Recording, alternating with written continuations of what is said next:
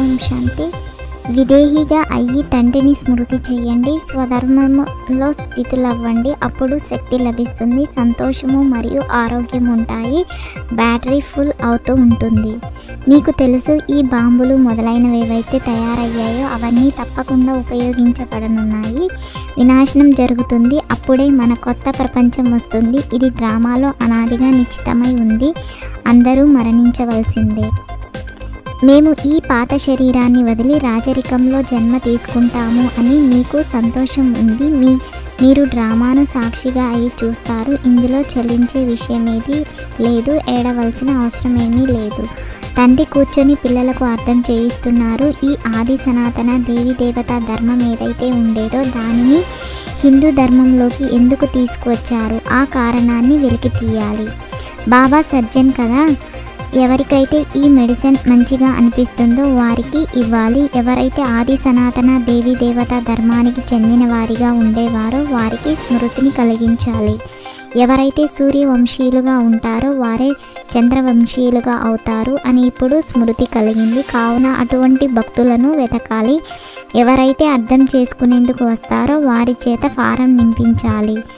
మీకు మీ పెద్ద తండ్రి గురించి తెలియదు. మీరు వాస్తవానికి పారలౌకిక తండ్రికి చెందినవారు. ఇక్కడికి వచ్చి లౌకిక తండ్రికి చెందిన వారిగా అయ్యారు.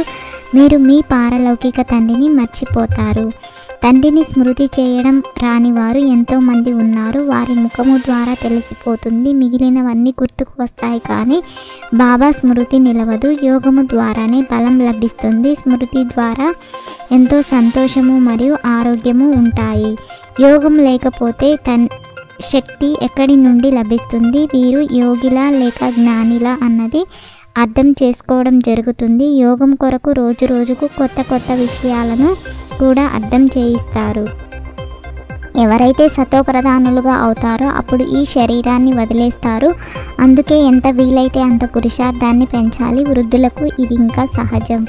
తండ్రి తోట యజమాని మరియు నావికుడు కూడా అందరి నావను ఆవలి తీరానికి చేరుస్తారు. నావను తీరానికి ఎలా చేరుస్తారు, ఎక్కడికి తీసుకువెళ్తారు, ఇవి కూడా తెలివైన పిల్లలు ఎవరైతే ఉంటారో వారే అర్థం చేసుకోగలుగుతారు.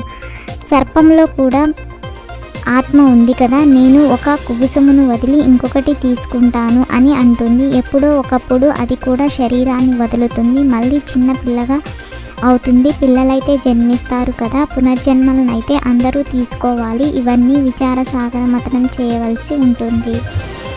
అన్నిటికన్నా ముఖ్యమైన విషయం తండ్రిని చాలా ప్రేమగా స్మృతి చేయడము. ఏ విధంగా పిల్లలు తమ తల్లిదండ్రులను పూర్తిగా అతుక్కుపోతారో అలాగే బుద్ధి యోగము ద్వారా తండ్రికి పూర్తిగా అతుక్కుపోవాలి.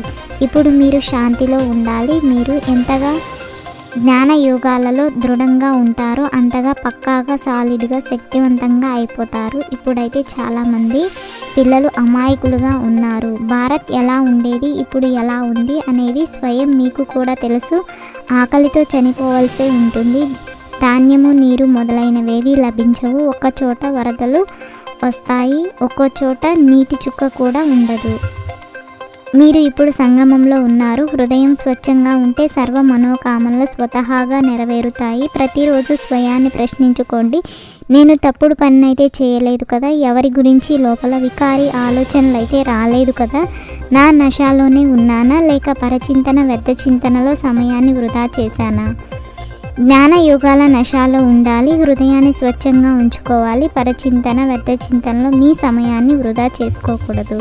ఆత్మలమైన మనం సోదరులము. ఇప్పుడు ఇక తిరిగి ఇంటికి వెళ్ళాలి. ఈ అభ్యాసమును పక్కా చేసుకోవాలి. విదేహిగా అయ్యి స్వధర్మంలో స్థితులై తండ్రిని స్మృతి చేయాలి.